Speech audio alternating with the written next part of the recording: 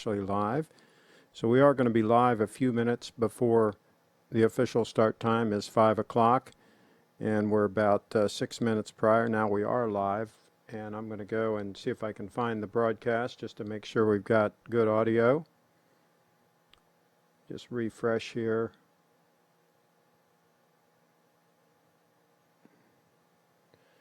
Okay, here it is. Let's make sure we're okay. Okay, so the audio sounds good. And Vegas is in the house. Vegas is in the house early. I'd rather start a little bit earlier than start late. Cheetown, California, and I know I'm pronouncing that wrong, but that's my official pronunciation. So he's on a lunch break. Well, there you go. And I haven't had, I ate some peanuts. I went for a long walk this afternoon. I filled my pocket up with peanuts and I ate them as I walked. Peanuts in the shell. That was my lunch today. So I am a little bit hungry. Hello from Geneva. Andrew's in the house. I love the GMT GS. Hope everyone had a fabulous 4th of July. Our Wag's in the house. David's in the house. Okay, we got reinforcements from the wrench gang in the house. And we're going to go ahead and get into it here. Because Marc Goldberg, released a video on the 7th, on July 7th, giving his 30-day update on the SBGA 229, which is the stainless steel version of this watch. Of course, when he said he got the 229, I pointed out that he should have gotten the 231. That was his first mistake. But anyway, 229 is okay. It's an all right watch. But the 321 is all that. So, but he gave the 30-day update, and we're going to do a little fact check. He had some things that were a little bit misleading, and maybe some things that were maybe just outright false information. So we'll see. We're going to go through it and parse through this and just make sure that everybody on our channel, on the channel here, has the facts, the real information. Real news on this station, folks. Real news. So without further ado, I'm going to get into it. This should be good, says Jaden. All right. Put my headphones on because I'm going to play a little bit from his video, and we're going to parse right through this here. So starting out with 1 minute 14 seconds in, and I did put the video to this, the link to this video in the description, so you guys can go check it out if you haven't already. Most of you all have probably already seen it, but let me just play this little segment. And the first thing I want you to know is I like it, okay? I'm very surprised that I like it. I didn't fully expect to like it, but I like it. Well, there you go. Marc likes it. So maybe we should just stop right there, right? But no, he of course had to have a few buts in there. So we're going to go through and we're going to tear through these. So I'm going to go to 2 minutes and 18 seconds in. Let me move this over here. 2 minutes and 18 seconds or thereabouts. All right, we'll start at 16. And this is not as good as a Rolex, that little segment. Let's play a little bit of this and I'll comment.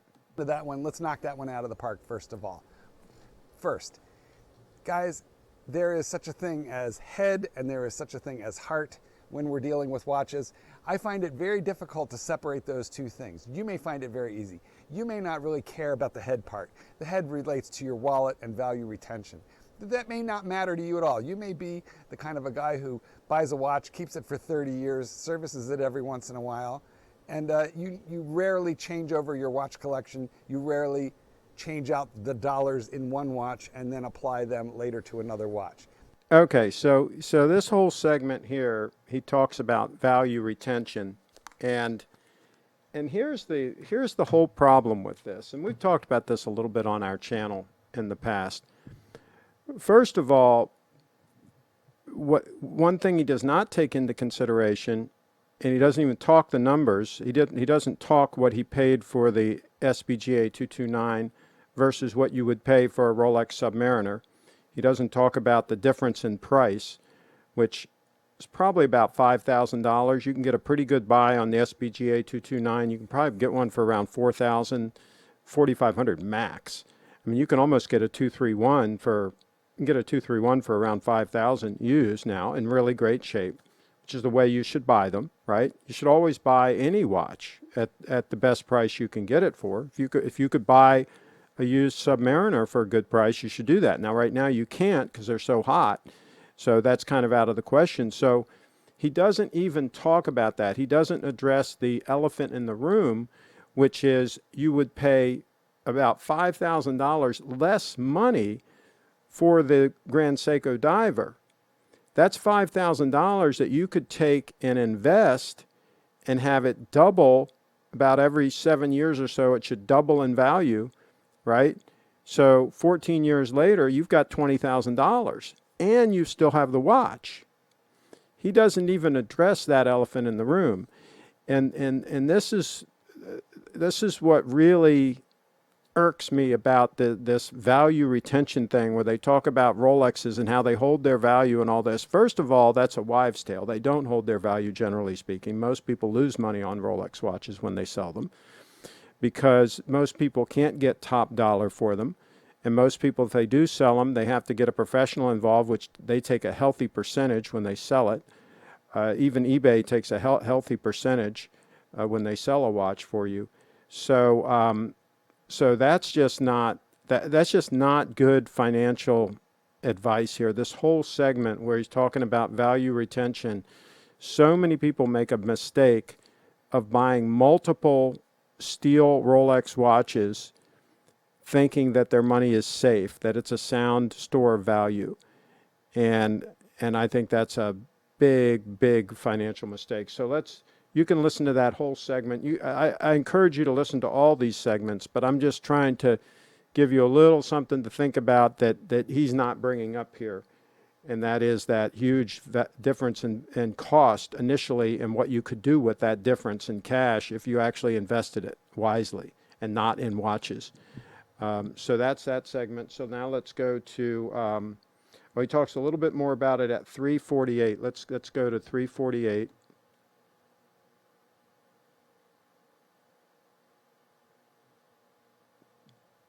Okay, put these back on so I can hear. Enough money tied up in watches, fellows. Do I think my money is safe? Well, if I buy correctly, if I buy carefully, then I believe that I can sort of flip out of what I need to and retain the value. I will get to keep having my $5,000, as the old slogan from Jewelers on Time goes. But you have to be careful. So here's the thing. Here's the problem, folks. With an investment, you don't want to keep your $5,000. That's not the point of an investment. The point of an investment is to make money. If you've got, let's say he's got, just to throw out a number, let's say he's got $50,000 tied up in watches. I don't know how much he's got tied up, but let's use the number of $50,000. And let's say he does this hobby for 7 years. Okay, we're using that 7-year number because investments should double every 7 years, right? So he's got $50,000 invested. And 7 years later, let's say he's lucky and he sells all of those watches and he gets $50,000. He gets his money that he actually put into the watches out. He gets $50,000 out, right? By my math, he's $50,000 behind. He just lost $50,000. Okay? This is where this math just doesn't work. All right? And these people are just not thinking about this. And again, I've talked about this on my channel. If you're a decamillionaire, it doesn't matter if you got $50,000 invested in watches or $100,000 invested in watches. It's fine. It's peanuts. But he's talking about he's not sure whether or not he can put a roof on his house unless he has to sell a watch. I mean, obviously, he's not in that kind of financial position. So folks, don't take this kind of advice. This is bad advice. Don't listen to broke people for advice. That's like Dave Ramsey says, if you want to lose weight, don't hire a personal trainer that's 350 pounds. If you want to get marriage advice, don't take it from me, okay? I've been married and divorced, okay? I'm not the one to get marriage advice from, right? And certainly don't take financial advice from somebody who's not sure how they're going to pay for their roof if they need to put it on their house. Okay, so let's go to the next segment. We're going to go to quality, 625 into the video. Give me a second here.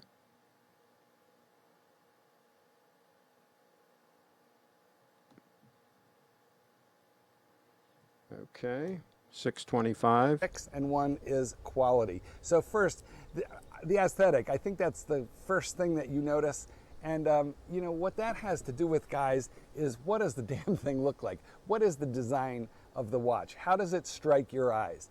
Now, in my earlier videos about this watch, I mentioned the fact that the dial looked really large to me, and that I thought that the hour markers were a bit small for the space, and that allowed sort of too much open black space on the dial. And yeah, I've gotten used to that. That's not something that I particularly worry about or notice anymore.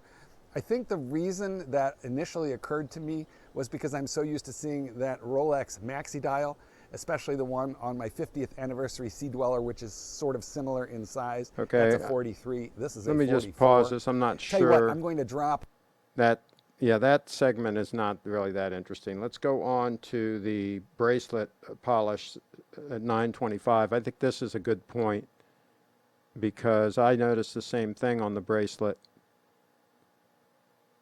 which is kind of neat. So let's play this segment here. center link without the risk of all the scratches that you get on the high polished center links of the Oyster bracelet on Rolex, because those are really big. This is just a tiny bit of polish. Also, I would say that the matte. So what he's talking about is the little, you can kind of see it here, the little segment on the bracelet. There's two, this is a 5-link segment that 2 of them are kind of thin, high polish. And he's also saying that the brushed portions are a little shinier too. Now this one I'm wearing is the titanium one, which looks very, very similar to the stainless steel.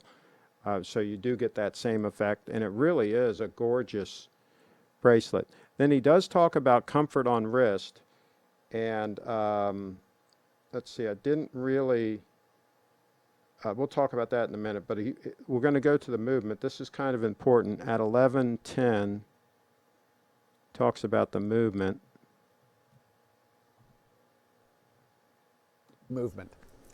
You know, I'm primarily an automatic movement guy. It's what calls my attention. I didn't know if I would get over the fact that this is a hybrid movement. This is neither a quartz movement nor a automatic movement. It is a blend of both. Real quick, there is a spring in here and a rotor. Okay, so it's automatic winding, or you can hand wind it. And what that does is it tightens up the mainspring, same as any automatic watch, except for as that watch is unwinding and beating, what it is doing is it is sending power to a quartz crystal, which is vibrating at a known beat rate.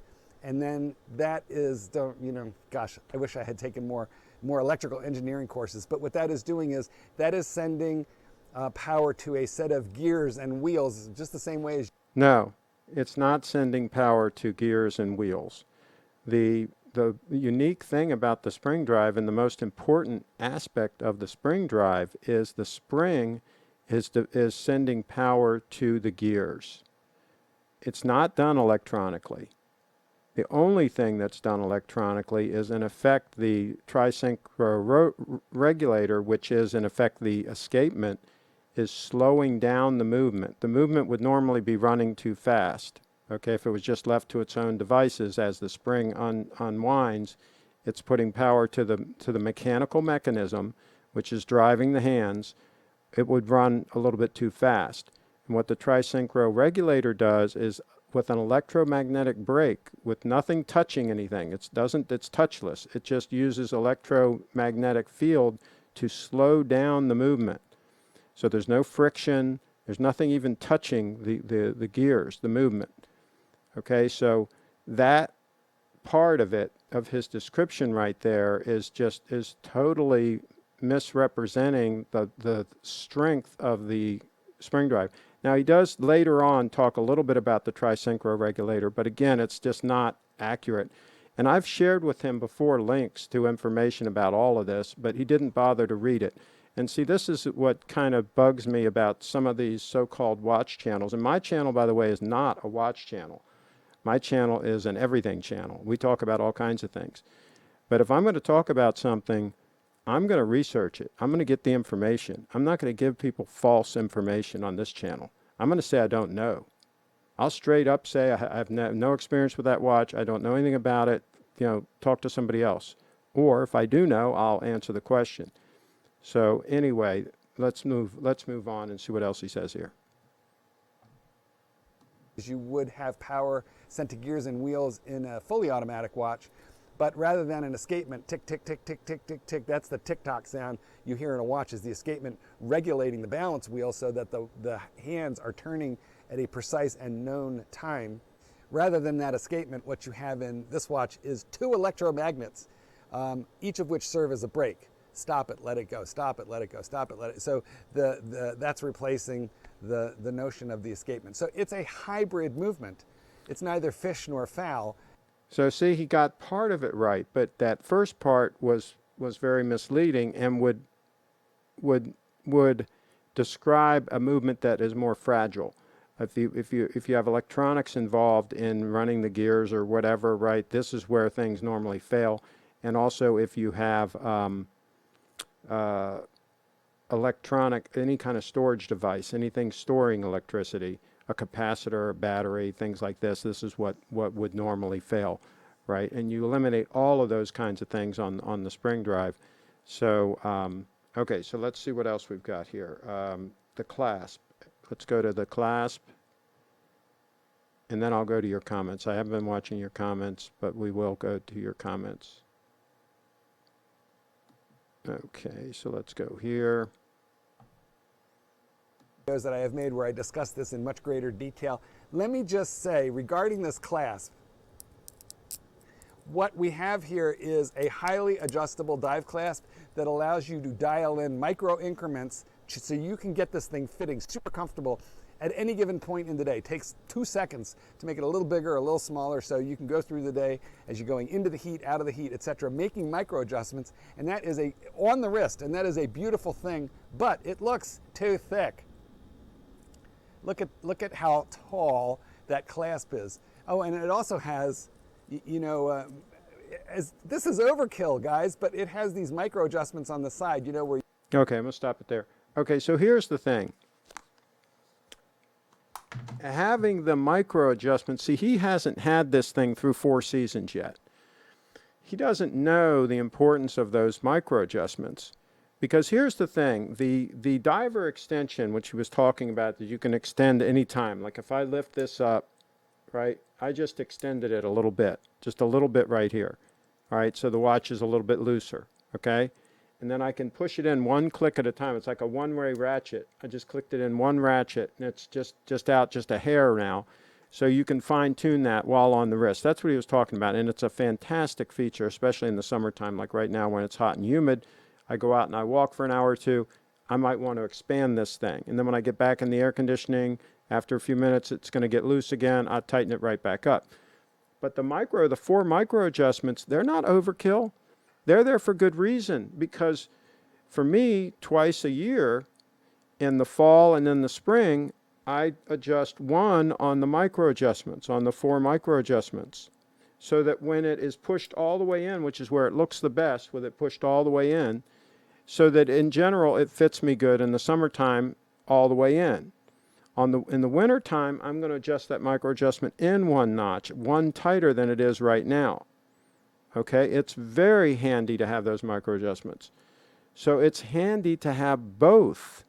And that's the beauty of this clasp, is we have both.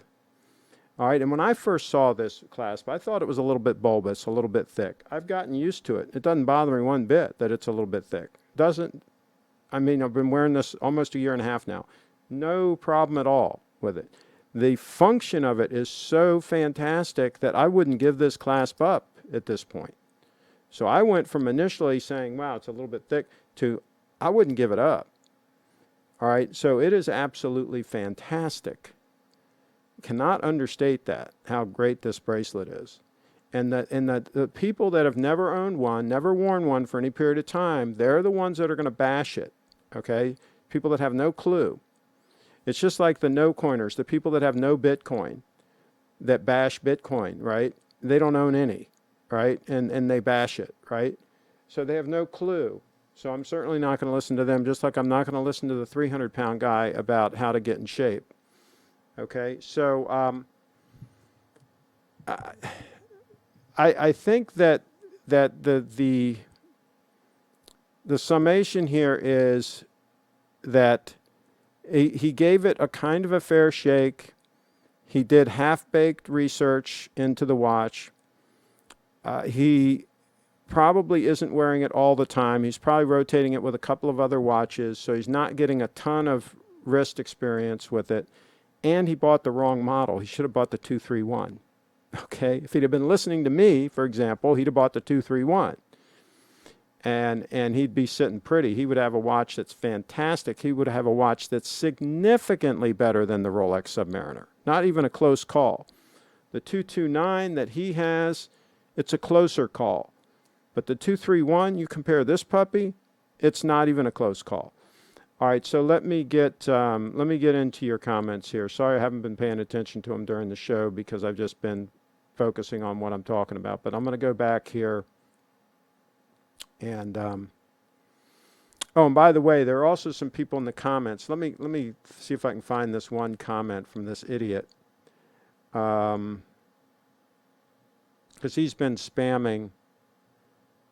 He was spamming some of some of mine, and then I had to block him because he's just a total squirrel. Let me see if I can find this one comment. Maybe I can't find it. I'm just scrolling through here real quick, and I may miss it, but anyway, there's this guy that comments on all the spring drive videos out there, and it's his comment is just total. Here it is. Okay, I mean, this guy is just a total spammer. So here's the thing: the embarrassing truth about GS, their spring drive is a grand lie, not true, because it's not a spring-driven watch. It's a quartz watch driven by electric current from a dynamo driven by a wheel that is driven by a spring. So not a spring drive watch. Wrong. It is actually driven by the spring, guy. You need to research. Merely a spring-driven generator. No, that's not the way it works. Coupled with electrically driven quartz watch. No, it's not electrically driven. You morons and liars and Grand Seiko, blah, blah, blah. The text on the dial, spring drive, blah, blah, blah, blah. So he's making statements in here that are total BS, right? And he does this all over the internet. Any video that's about the spring drive, he makes these comments that it's actually electronically driven. No, it's not electronically driven. It's driven by the damn spring and gears. Okay? The electronic part only slows it down, only regulates it. So again, these uneducated people, and some of them just outright trolls, a lot of false information out there, folks. All right, let's see. I have to watch fake news. I find that all divers quite ugly. Can you compare in a future video the comparison, the Seiko Sarb and the... That's something that Steve might be able to do. You should ask Steve, because he's got, I think, some of those watches. Steve from Little Treasury, he does shows on this channel. Reach out to him, T-Con, and see if he'll do it. I'm sure he would do it. He's got the watches to do it. Brooks Brothers shirt, Craig, nice. Well, thank you, Andrew. This one's an oldie but a goodie. This was made in the United States of America back when they did that. GS or AP? GS for sure. GS for quality, absolutely. I love my Snowflake. SBGA 229 is trending at 5,300. You should be able to buy that for less than that. Because you can buy a 231 for that kind of money. Okay, you could buy this watch right here on my wrist. I'd sell you this one for $5,300, okay? And it's a $7,100 list price. GS Diver is a bit big. It depends on the wrist size. I think if you have a 7.25-inch wrist, which is what mine is, or bigger, I think you're good to go. But much smaller than that, anything under 7-inch wrist, I would agree with you. I would go with something like that. That GS Gmt Stunner as 39 mils and only 12 mils thick. It looks better on a smaller wrist for sure. Let's see here. Hot and hard to get. Most makes most men dumb as doorknobs. Okay. Hot and hard to get makes most men dumb as doorknobs. So yeah, they're using emotion to buy these Rolexes and pay too much money for them. Hola, amigo. Okay. Hello, Thomas. Carlos, back to Thomas. Carlos in the house. There you go. Andrew. Craig is styling in his Frederick.com tax-deductible Brooks Brothers golf shirt. Our Wag's in the house, an expert on taxation. GS for a practical, everyday, last-a-lifetime quality piece at an affordable price. Well said, Ron.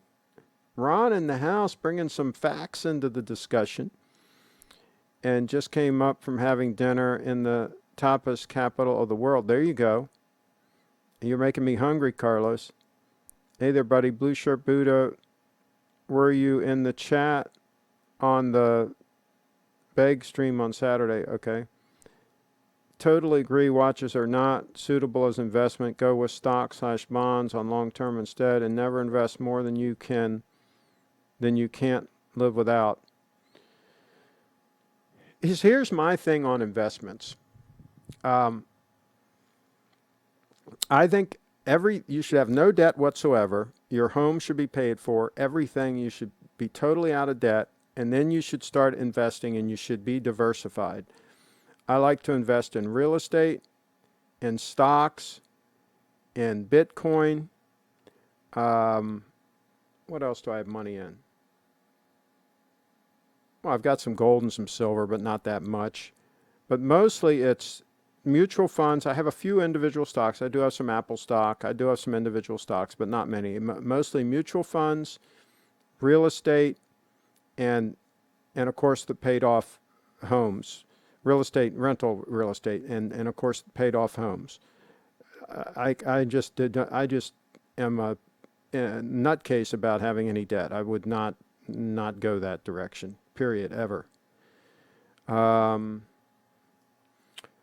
Let's see. What about the thought that everyone should have an emergency fund before buying luxury goods? Absolutely. I'm also a nut about that. I keep more than 6 months. Most people should keep about 4 to 6 months of emergency fund. I keep more than that.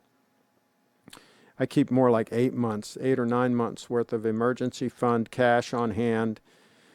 I also keep cash on hand for emergency repairs on any of the houses, for example. Like I have an air conditioning system on my house in Florida that is, it's 15 years old. It could fail at any time. So I've already got the money set aside for that AC unit, just ready to go.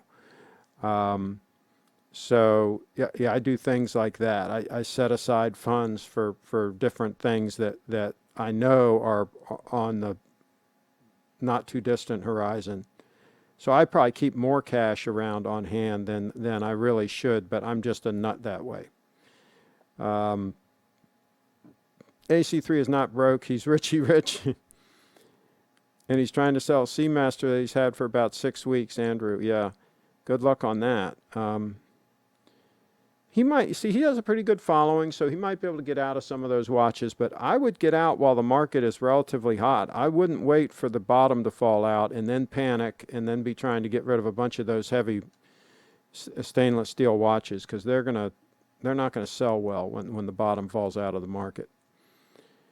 If you could buy one watch for $5,000, what would it be? If you can wear a sport watch like this, if you're not wearing a shirt cuff all the time where you need something to go under the shirt cuff, I would buy this watch right here. You can buy these for about $5,000, the 231. For even less money, if you want something that's smaller, you can buy that GMT for around $3,000, and you could wear that all the time. That could be a heavy use, all around, super durable, lifetime watch with virtually no servicing costs. No service costs. Same thing on this. You're not going to have to service this watch. It's going to run for decades without any issues. They're very robust. Hey, Blue Shirt Buddha, by the way, did Archie sell his out to that Michael Antonio and take away your wrench? Very sad if true. Okay. Not sure what that's all about. Probably an Explorer. An Explorer is a good move. A Datejust is a good move. For that kind of money, we're talking about $5,000. You could probably get a decent Datejust. Let's see here. With direct lighting. Oh, by the way, I've got a link in the description to my page all about Grand Seiko that gives all the details, okay? So if you need any details on these watches, just look in the video description and there's a link to a page I have that has it all. With indirect lighting, the SBGA 231 hash marks disappear. It really bothered me at first, but the hands are so precise that I can always tell the exact time. The hash marks disappear. The 231? Oh, are you talking about the actual minute markers? Yeah, I mean, I don't see them at all, hardly. I see the 5-minute markers, but my eyes, are not that great. But yeah, I mean, now the hash marks on the bezel, on the rotating bezel, those are very legible. But the hash marks on the actual dial, you have to kind of turn the watch sideways to see those. I agree, but I never pay attention to those because I can always estimate which hash mark it's pointed at. So, okay.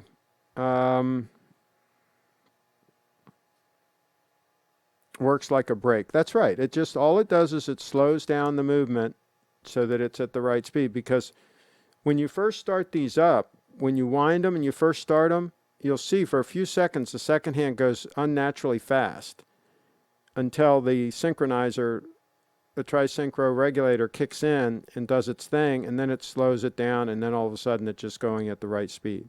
So that's all it's doing, is slowing it down a little bit, right, to get it going the right speed. And it's not speeding it up. I mean, it's just slowing it down to the right speed, and it just does that constantly. Okay, it doesn't give it a boost. It doesn't speed it up if it needs to. It can't do that. All it can do is brake it, is slow it down. Okay.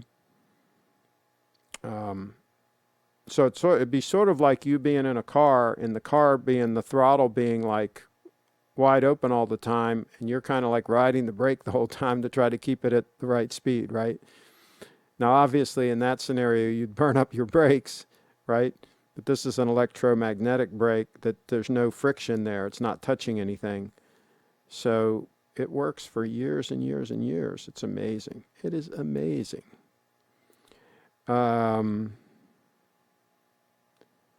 Let's see. The high beat divers are absolute winners. Thomas in the house. Yeah, I don't know that I'd go that way, though. I really like the spring drive one. And that way I don't have to worry about having to service it at vast cost or anything like that. I can just wear it for years and not have to worry about it. So there's that. And it's super accurate. And he did talk about the accuracy. And he kind of halfway glossed over that a little bit. I think it's a big deal. I think it's a big deal that you can wear this for weeks and weeks and in effect months, and it's still going to be super close to spot on. That, to me, that's a big deal that you don't have to unscrew that crown. I mean, Bark and Jack did the whole video about having to have his watch serviced, his Explorer, because he had been screwing around with the crown so often. Unscrewing it, winding it up, starting it, setting the time. Because, if you're rotating your watch and your watch stops, you got to pick it up, you got to unscrew it, you got to reset the time, you got to go through all that, right? And he literally wore out his stem or whatever, that piece in there, so they had to replace it. And he did a trade out because of the notoriety of his channel. It didn't cost him anything, but the average Joe isn't going to be able to trade that out. He's going to have to pay for that. And that's an expense, folks. So I'd rather just have a watch that'll just run literally for decades, and I've only unscrewed the thing a few times to change the time because it's so damn accurate. Little details like that, I think, matter. Let's see. Quartz. If you were to get a quartz model of the GS, well, right there. There's the model right there, that GMT. And again, if you follow that link in my description, I've got a bunch of information about that watch too. And talk to Steve at Little Treasury Jewelers, and he can hook you up. And there's a bunch of watches on eBay. You can get a Grand Seiko quartz watch pretty reasonably on eBay. I think between $1,000 and $2,000, you can get something that's pretty damn respectable. On eBay, what size is the GS Diver 44? Yeah, that is 44 millimeters. Yes, yeah, this one's 44. But it wears more like a 40. It really does. It's super comfortable. And Marc did touch on that in his video because of the shape of the lugs and the shape of the case. It really conforms and it fits really well. And this one even more so because this is the titanium version, which is significantly lighter than the one that he has, the 229. So this thing is insanely comfortable on wrist. So there's that. Do they do a 40 or 42 diver? No, the closest thing you're going to get is something like that, the Grand Seiko GMT, which is 39 mils, 39 millimeter. Closest you're going to get. There is a watch that's smaller, but it's very rare. There's a quartz diver that is smaller, but they're not easy to get. But I believe they are smaller. On Marc's videos, it says in the intro, it's an illness or a hobby. If you have to sell a watch to put a new roof on your house, that's sad to me. Yeah, well, it tells me that he doesn't have a good financial planner in his corner. He better, he's still a youngster, but he's not a spring chicken. He should probably get himself a financial planner in his corner to help him out with that a little bit. Thank you, sir. I'm new to your videos, and I'm much appreciative. Well, thank you. Thank you. Blue Shirt Buddha, good stuff. I was afraid that Antony may have got trigger happy after de-wrenching you. Okay. What I do worry about spring drive is the circuit will eventually go out. The magnetic brake slows down the spring. It's pretty robust. I've researched that extensively before I put down my hard-earned money to buy this one.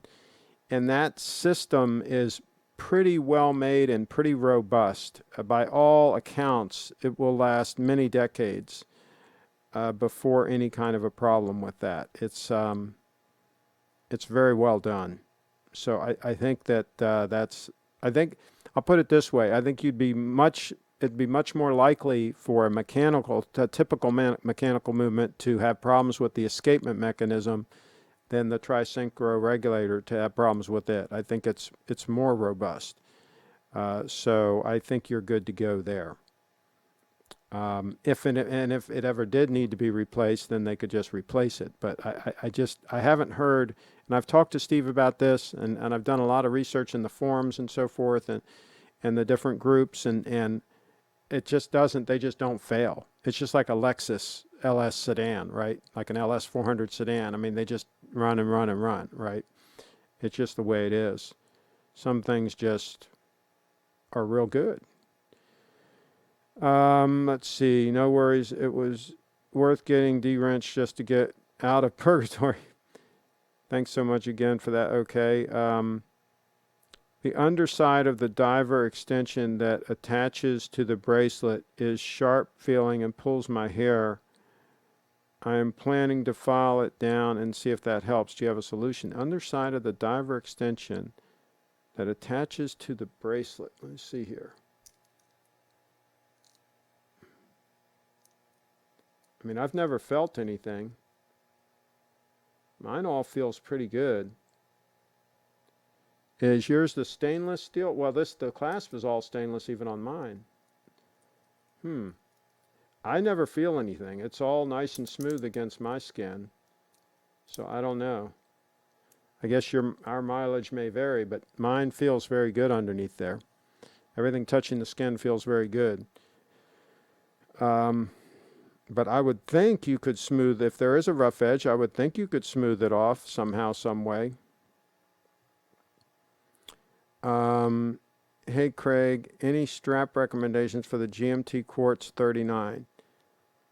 Well, I mean, I've got that gas bones on there, and it works pretty good. They're custom-made straps that you order through from the UK. Gas bones. They're pretty cool. And they got a lot of options that you can order. I mean, I'm supposed to have, is it Moe's Leather Design or whatever? And he was in the forums and all that. I'm supposed to have a strap being sent for me to evaluate. And if I do get it, I'll do a full evaluation on it. But right now, the only strap that I have is that gas bones strap that's on mine right now in that picture. You can see it there. And it's pretty cool. It's pretty hip, man. A lot of wankers don't know what GS is. They're too long in the mother's basement. Yeah, you got to get out a little bit. You got to get out in the real world a little bit, I think, to learn these things. It's very difficult to own a home outright in New Jersey. The real estate prices 3 times higher. Well, you save money, man. Save money and pay cash. First house I bought needed a lot of work. It was a very small brick rambler, 2-bedroom. Very small brick rambler. And I think it was $70,000 at the time, and it needed work. And so I bought it, and I did a lot of work on it and so forth. And then I sold it a few years later for around 140 or something. And then I bought the next one and just worked my way up. Buy something cheap, man. But save up. I just think that that's the way to do it. A lot of workers don't know what. Okay, where's it? Craig is secretly a deca-millionaire. Depends on what I would sell the business for, and when I eventually sell the business, I could possibly be in that neck of the woods.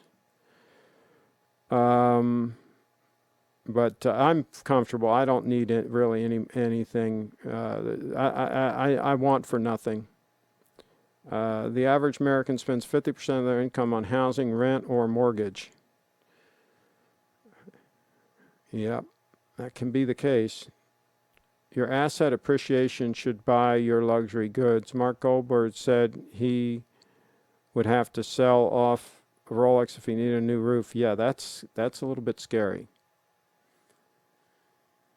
That's a little bit scary, especially if the market crashes on the Rolexes, or shall I say when it crashes. I don't think it's going to crash, but I think we're going to see a big adjustment.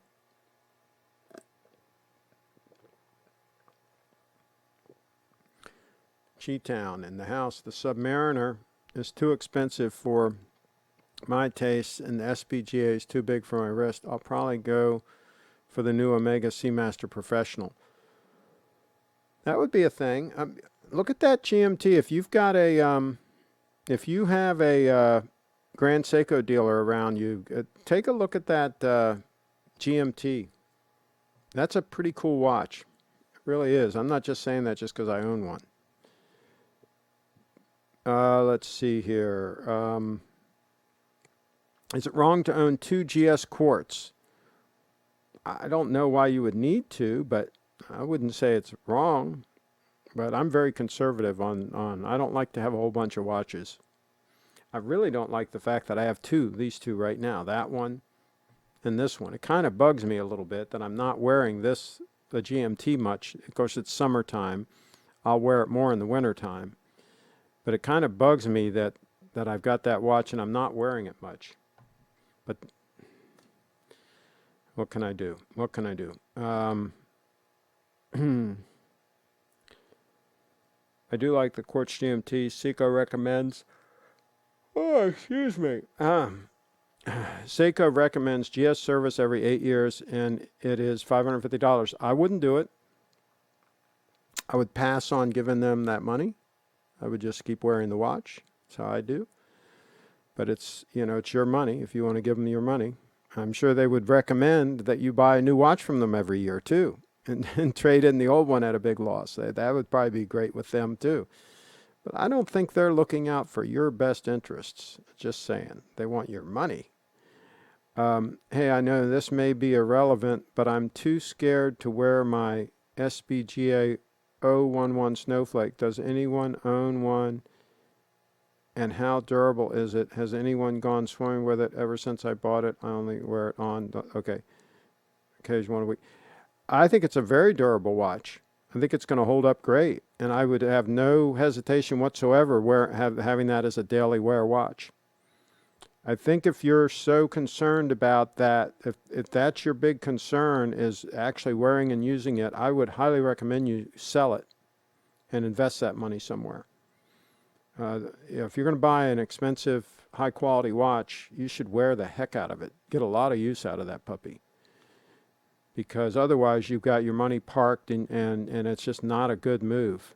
It's not a good move. That's why I say I don't really like having money parked in that watch, and I'm not wearing it. It kind of bugs me a little bit. But I know that in the winter, I'm going to need it because this watch here doesn't fit underneath my dress cuffs, my shirt cuffs. It's too bulky for that. So that's my problem is I don't have an all-arounder. Now, I could theoretically sell this, and I could wear that one as an all-arounder. That would be theoretically possible. Matter of fact, if a subscriber wanted this watch and made a good offer, I might be tempted to do that. Because I don't like having watches just sit around. I really don't. It kind of bugs me a little bit. That's why I sold my Date 8, my 18238. It was sitting around too much. I feel like I'm next. I don't know when I'm going to upset that guy. I agree with both Marc and Craig. We should buy watches for luxury. Rolex has a better brand and is definitely easier to sell and maintains value better. Not an investment. GS better dial.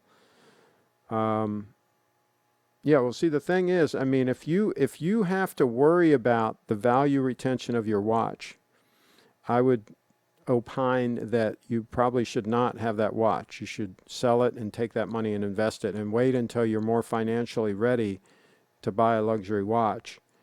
Because if you got to worry every minute about your watch and whether or not you got a scratch on it or whatever, whether or not you're going to be able to sell it for what you have in it and all that, I mean, that's just adding extra worry to your life. You buy a watch, it should just be, I spent that money. That money's gone. And if I ever sell it and I ever get some money out of it, that should be like gravy. It should not be something that you have to worry about. That's just my take on it. Let's see here. What's Mom making for dinner? Meatloaf. Hey, man, that'd be good. Meatloaf. I'll go for meatloaf. Lucia Buddha, you're a stand-up guy. Proud of you. There you go. Okay. Well, we know he's a stand-up guy. That's why he's got a wrench, for gosh sakes. Sadly, the Seiko spring drive movement is sensitive to magnetism. I wish it weren't the case. Not really. I haven't heard of anybody having any problems with these and magnetism. That's a new one on me. I haven't heard of any issues with that. I don't think you have to worry about that. Normal use now.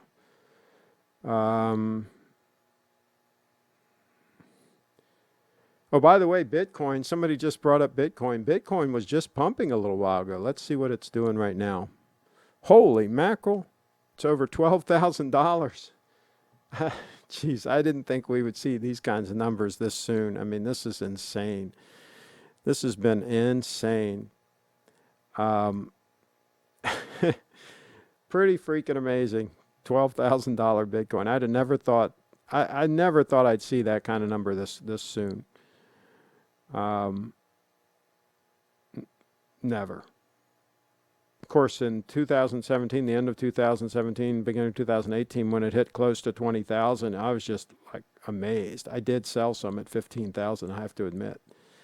I was just shocked that it pumped up that quick. But what it shows you, that it can pump up this quickly, it shows you that there's just not enough supply out there. There's not enough available on the exchanges. So if all of a sudden people get a wild hair up there, you know what, and they want to get some Bitcoin, the price starts pumping up very quickly, because there's just not enough. And the supply is going to get tighter and tighter and tighter. Because here's the thing. When you start in Bitcoin, I did the same thing. I had the same problem when I first started in Bitcoin. I was trying to time the market and buy and sell some and all that, because it's always been volatile, right? And it wasn't until I met Adam Meister, and thank God I met him.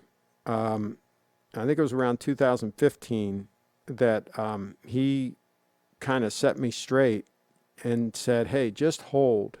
Don't try to time the market. Just buy and hold and just accumulate, and you'll be a lot better off. And so I think more and more people are coming to that conclusion that the thing to do is to just hold the Bitcoin and not sell it. And the more hodlers we get like that, people that are just holding, that means there's less and less supply on the exchanges. And so the price can only go up. And as we get more and more hodlers, this is what we're going to see. We're going to see, you know, a tight supply and the resulting price appreciation. Let's see. I see more and more people trying GS and getting into it. Just shows there's something into GS. Well, I think so, and I think it doesn't take long for people to appreciate them once they start touching and feeling them. Buy silver, gold, silver ratio, best I've seen in a long time. GS Diver reminds me of Lexus LX570, still a tool watch, but with spiffy touches added to it. I agree. That's a very good analogy. Very good analogy. Interesting fact, anti-magnetic properties are big at the moment. I wonder why. I've never had a problem with a watch being magnetized myself. What are people like around big magnets a lot of us all of a sudden? My 40 years of owning Rolexes and a couple years now of owning GSs, I've never had any watches get magnetized. Marc is only right about Rolex being easier to sell than GS. Even at watch dealers, when I mention GS, 95% of the time the response I get is Seiko, haha. They sell well. I've sold two of them, one on eBay and one to a subscriber. I've sold two GSs, and I didn't have any problem selling either one of them. So, I don't think it's a problem, really. You know, if you were to buy, for example, if you were to buy this watch from me for, let's say, $5,000, just to throw out a number, and you were to wear it for a year, you're probably going to get close to $5,000 out of it. You might maybe sell for $4,500, right, at the lowest. I mean, it's not that bad. You know, I think that's pretty good. I think it would do better than an Omega, for example. But again, even if you have to think about that, tells me you shouldn't have bought the watch in the first place. So there's that. GS AD buying experience compared to Rolex was a joy. Rolex AD didn't even offer me a beer. Your GS AD did? I got to find out which GS AD you have. Actually, I'm not a beer drinker, so. That's where I'm leaning to. Tag also has carbon springs, but for the same price, you can almost have an Omega. Okay. Enjoy everything. Yeah, if you need anti-magnetic properties for some reason, for God knows what reason, I would go ahead and get an Omega. I think they're pretty good on that. And Steve can help you out with that. Steve at Little Treasury. LittleTreasury.com. Enjoy every minute of my new pre-owned SBGA 031. SBGA 031. Wow, okay. So that's the version with the Seiko at the top of the dial, right? I think so. That's the pre-2017 version. Had a business call back now. David Williams is back in the house. Why chronograph do you... I don't have a chronograph. I don't have a need for a chronograph. Let's see. I agree selling a GS will make you lose money, especially to a dealer. But buy a GS to keep. If you're flipping, buy a Rolex so you won't. If you buy the GS used and you get a decent price on it, you're going to be able to resell it without losing much money. I mean, I just don't get it. I guess there's a lot of broke people buying watches, people that shouldn't be buying watches in the first place. If they got to worry about the value of their watch, whether or not they're going to lose some money on it when they sell it or not, I mean, that's really the good way to stay broke, I think.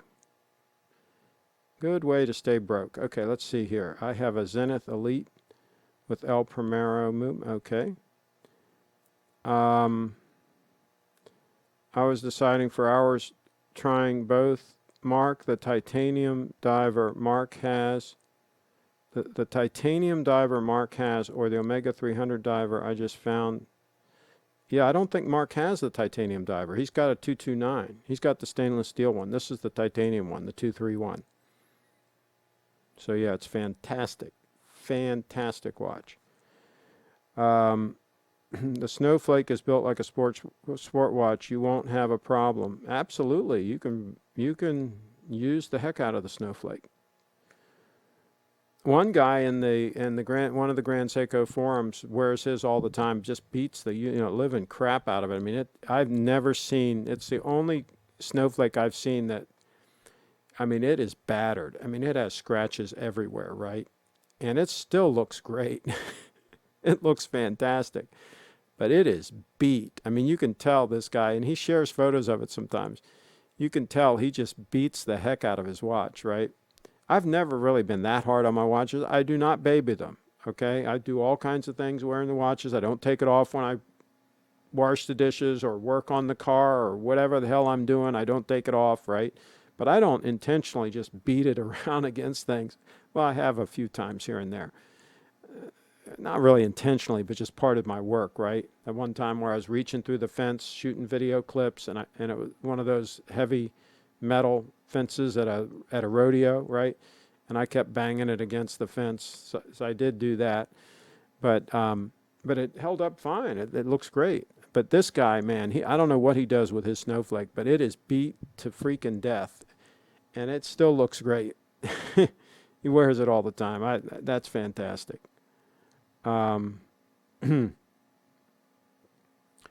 Let's see here.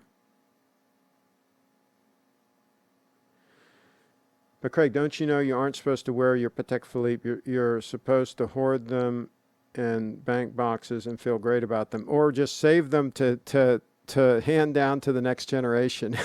And that's so ridiculous. Can you imagine how much money they lose by doing that instead of investing the money? I'm going to hold this watch for like 40 years and then hand it down to my heir, and instead of handing them down a bunch of cash. That's a good move. And they probably don't even want the watch in the first place. I plan to wear my GS until it falls apart. Yeah, well, good luck with that. I don't think you're going to be able to wear it that long. They're heavy-duty pieces. Would you buy a 39 millimeter date just like spring drive GS in solid gold? Depends on how thick it is. The problem with a lot of the spring drives is they're a little bit on the thick side. I mean, even the Snowflake is about 12.5 mils, I think, or 12.6 mils thick. I'd rather it be like 11.6, like an actual Datejust is. I think a Datejust is 11.7 mils thick. I would probably go for, if I wanted something like an all-arounder, I'd probably go for one of the manual wind ones they have out now that's real thin. They've got a couple that are like 10 mils thick. But No, I'm happy where I am now. I've got this one for a thick, like heavy-duty sport type watch, and then I've got this one that's more trim. It's 12 mils thick, and it's 39 mils. So I've got a good mix right now as far as a smaller watch and a bigger watch. So I think that is a good rotation right there. Let's see, Seiko warns against it. Against what does Seiko warn against?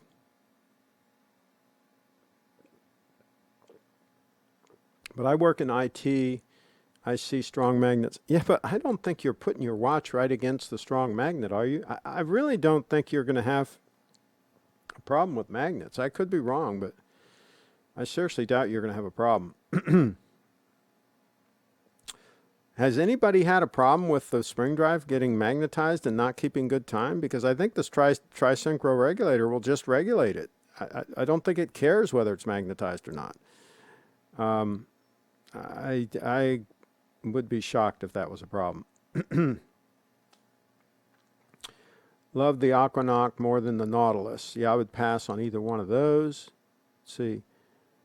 Don't get Don started. Okay. Anyone who thinks selling Rolexes themselves is easy money, I'd highly suggest watching Paul Thorpe, watch dealer's video about getting violently robbed for his merchandise. Dangerous business. Well, and it's also there are a lot of other risk factors involved when you're selling your own watch, depending on how you sell it and so on and so forth. I mean, I was on pins and needles when I mailed my Snowflake out to the buyer down in Texas, just hoping that, he was going to receive it and say everything was as I represented and that he wasn't going to challenge anything and so on and so forth. And fortunately he did. He really liked the watch when he got it because it was exactly as I represented it. And so the sale went through fine. But he could have just as easily protested the sale. He could have said he received an empty box. I mean, he could have done a whole bunch of things, right? You never know until the whole deal's done. There are pitfalls. And it's not that easy to sell them in the first place. I mean, if you put them on the forums and all that, I mean, yeah, you might have a guy come forward and he's going to try to lowball you and so on and so forth. And it's not like Bitcoin where I can just send it to the exchange and immediately sell it and get cash money transferred into my bank account. It's not liquid like that. It's a task to sell it and to get top dollar out of it. You almost have to be skilled in that sort of thing. So no, it's not a done deal that you can all of a sudden get your money out of your Rolex, especially if you want to get all the money out of it. Let's see here. I'm going to wrap up here. I'm trying to keep up here. Most managed accounts for major investment banks do better than pure mutual funds in bear market. In a bull market, they don't rally as high but have a lower standard deviation and less risk. FYI. There you go. Okay. I'm happy if I get north of 10% on my mutual funds over, let's say, a 10-year period. As long as I average north of 10% after fees, I'm happy. And if a fund isn't delivering that kind of performance, then I'll get rid of it and get into something that does. But generally speaking, I've had pretty good performance out of my funds. I can't really complain. People need to buy watches to keep, not as investments. I think they need to buy them to actually wear and use. I think that's the good move. Cheattown, California. I'm one of the Paul Thorpe subscribers from a long time ago. His content is top notch. Having such experience, he has great stories and advice. Well, there you go. University of Penn grad, have an MBA, and I work for a major bank in financial services. I know more about that than watches. Good. What's your take? Penn football. What's your take on Bitcoin? Now that it's been around for 10 years, what do you think it's going to be doing 10 years from now? I'd love to hear your 10-year prediction for Bitcoin? Is it going to be gone and gone to zero and totally shut down 10 years from now, or will it be widely adopted and each Bitcoin will be worth like $1 million? What do you think? Or somewhere in between? Why does everyone worry about resale value? Buy a watch and enjoy it. I agree. Well said. 727. Cool stuff. How much money would you think Marc and Clive have in watches ballpark? That's a good question. I don't know. I think a lot. Let's see. Omegas and Tudors with in-house movements are both excellently anti-magnetic due to their silicone hairsprings. There you go. Cheat Town, California. Again, we're addressing a problem that I don't think most people have problems with. I've never heard of anybody having a problem with their watch being magnetized. And I think it's pretty easy to demagnetize them as well, from what I understand, if it ever does happen to you. I think it's kind of a non-issue. I've never heard of anybody with a Grand Seiko having a problem with that. Blue Shirt Buddha, how are you? Didn't know that you are on this channel. Okay. Saying I hope my GS doesn't break on me is like saying I hope my 10-year-old Tacoma doesn't break down. Yeah, I don't think you need to say it. I think it's just going to run. Yeah, Toyota is pretty much just going to run, and a Grand Seiko is pretty much just going to run. Blue Shirt Buddha says, I get around. I guess he does. He's in motion. Watch it. Let's see here. It's very easy to demagnetize a watch anyway. Well, there we go. Craig, you're about 10 minutes behind the chat. I know. I know. I can't catch up. I'm trying. Watch effect. Just let's say. All right, I'll move along. Patek Nautilus looks like 1960s. Yeah, I'd pass on the Nautilus. Antimagnetic properties useful for a radiologist working around MRI machine, which generate up to 1/4 Tesla magnetic field. Okay. All right. So maybe for them. I've only have my 231 for a little over 5 weeks, but no issues with magnetism. Plus, they have anti-magnetic properties. The back of the case has a magnetic logo next to where it says titanium. Well, wow. There we go. There's some inside information. He doesn't care about the two most important sport watches on the market right now made by Patek that have doubled in the last 5 years. Yeah, I would pass on those. Pass on them. Best handgun brand. I like the old Browning high power, Browning 9mm high power, but I'm an old-fashioned kind of guy. Just tuning in. Thoughts on Zodiac watches? I think, now being stocked by the Little Treasure, I think he'll probably be doing a detailed show on them. I don't know anything about them, but I think Steve will be doing some detailed shows on them. I look forward to learning more about them. They're kind of cool, but I don't know anything about them. Pin football, I guess, what is an investment? Nautilus prices should reach 100K soon. Yeah, I would pass on all of that nonsense. Those are ugly watches. I'm not going to buy an ugly watch. Let's see, S&P has averaged 7.68 return over the past 100 years. 10% involves more risk. I think you're looking over the last 10 years, not beyond that. I've probably been getting more north of 10% for like the last 20 years. Most of my funds have been doing just north of 10%. That's what I look for, because that's what you need to double your money every 7 years, is a little over 10%. So yeah, that's what I expect. I beat the S&P.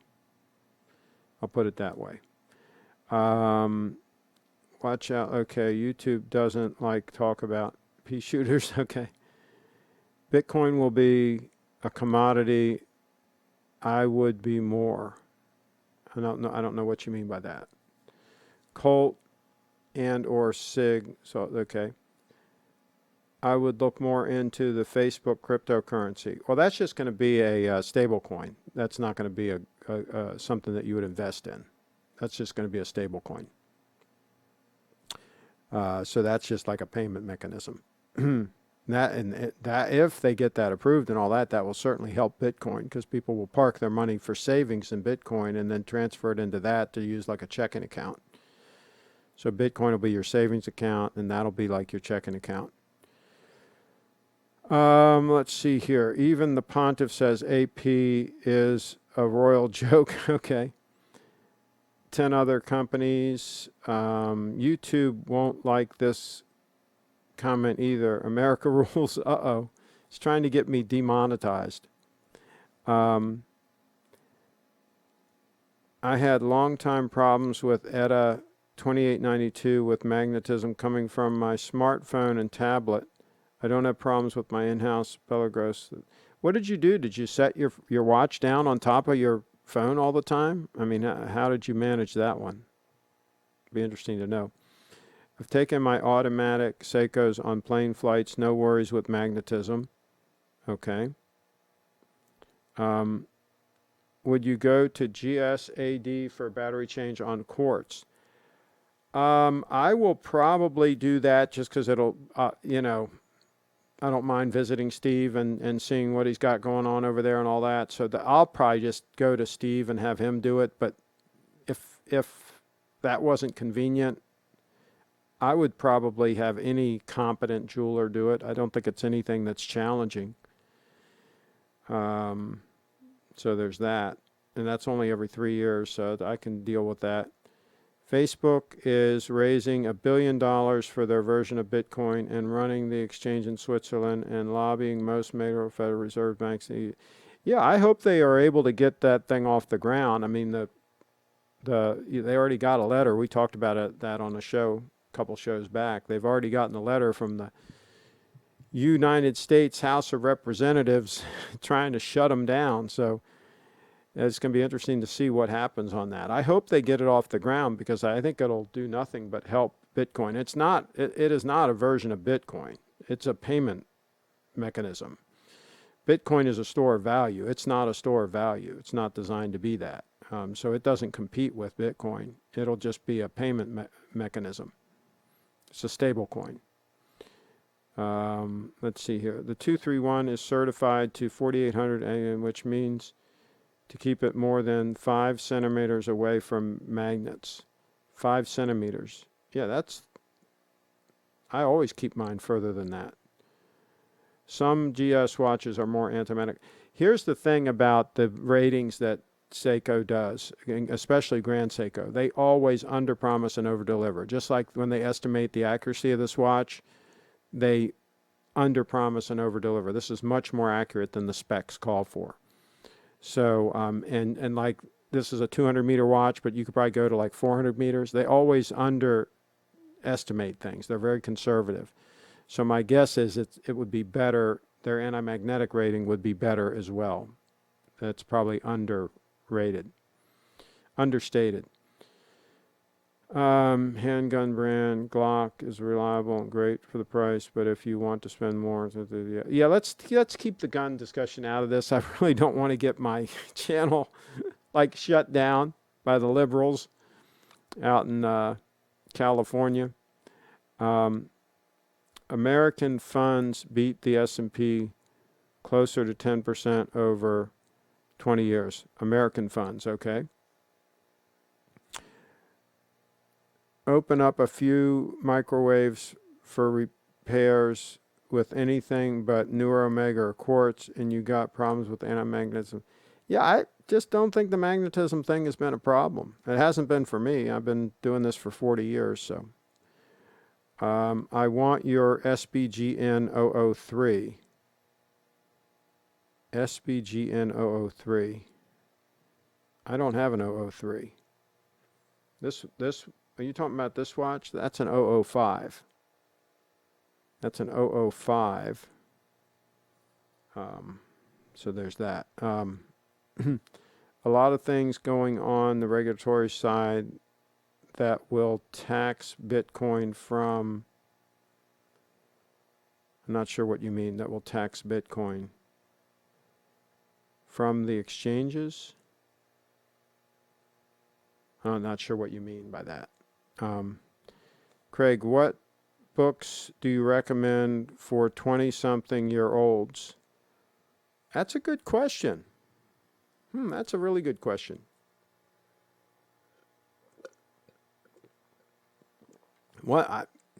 Aside from books, I would highly recommend you go to my website and click on the More menu and click on the Take Control Downloads page and watch all the videos and listen to anything, study everything on that freaking page. Because that'll prepare you, that'll set you up for success, my friend. So go to CraigShipp.com, pull down the menu, and click on the Take Control Downloads page. Take control. I put a link in the description on this video as well. It's there. Take a look at that. 9F movements have a separate compartment sealed out the movement chamber so the watch is safe for the average watchmaker to replace the battery on. I agree with that. When I start my job, but I would try to get one a little better than average. I don't know that I want them scratching up the case and stuff. I think I'd get a watchmaker that's a little bit above average. Just saying. When I start my job at the particle accelerator in Switzerland, I will get something that is very anti-magnetic while we are searching for dark matter. There you go. Facebook's trying to create a one world currency. They will try to devalue the dollar and eventually take over that and the euro. It's a major problem. It's going to be based on, quote, a basket of currencies, so the several currencies. And we don't have to worry about Facebook devaluing the dollar. It's already been devalued. It's being devalued constantly. If you look at the purchasing power of the dollar, it's been going down and down and down and down the last 100 years. That's already happening. So you don't have to worry about Facebook doing that. That's already happening. Why do you think people are buying Bitcoin?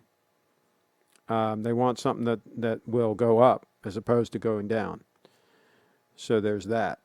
You're not kidding that they over-deliver. My 231 has only gained 1.5 seconds in a week and a half.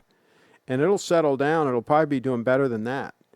And it's a good thing that it's a little fast because that's what you want. You don't want it slow. Yes, the SBGN005.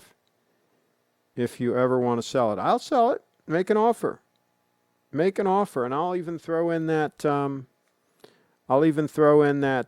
gas bone strap. There you go. We'll do a deal right here on the show. Make an offer. I'm not wearing it. I can get another one in the fall. Let's see here. Craig, do you like the Statler brothers? No, I'm like, I've no like or dislike for them. Craig, do you like Rich Dad, Poor Dad? Yeah, that's a good book. That's actually a good book. That's a good book worth reading. I don't read as much anymore because my eyes aren't that great. It's really sad. But, yeah. And I would listen to David Ramsey's podcasts, too, if I was a youngster. I think if you follow a lot of his advice, now he does poo-poo Bitcoin. It's the only thing I'm not on the same page with as far as him. But everything else he says I pretty much agree with. But he missed the boat on Bitcoin big time. I mean, they will try and shut down Bitcoin from taxing the exchanges when it is converted back to dollars. They're already taxing it. I mean, it's already, the Coinbase is already sending them the reports. As if you sell more than $20,000 worth in a given year, they already send out that form to the IRS and all that. So they're already kind of on top of that somewhat. But yeah, I don't think that will be enough to kill Bitcoin by any means. I mean, first of all, Bitcoin is a worldwide thing. So what the U.S. does, Bitcoin doesn't care much about what the U.S. does. So there's that. But yeah, Bitcoin will go up and down in price depending on all these kinds of variables, but I don't think it will die. It's the honey badger. It's been very hard to kill. That's what's cool about it. I want to sell both my Seamaster and Speedmaster for a GS diver, but I have small 6-inch wrist. Anyone have any recommendations? I would definitely Yeah, I would definitely get the 005 for a smaller wrist. Absolutely. That's what I would do. Are F dollar going to be tied to the value of the US dollar and a couple of other currencies? It's a basket of currencies that it's going to be tied to. So that's how that's supposed to work. Just saw Bitcoin had went up to 13K, and I feel like an idiot for not buying it when you did that show when it was only around 3K. Oh well, it happens. It happens. Sometimes people miss the boat. I don't think it's going to go back down to 3K again either. There are people that are saying it's going to go back down there, but I think it's wishful thinking.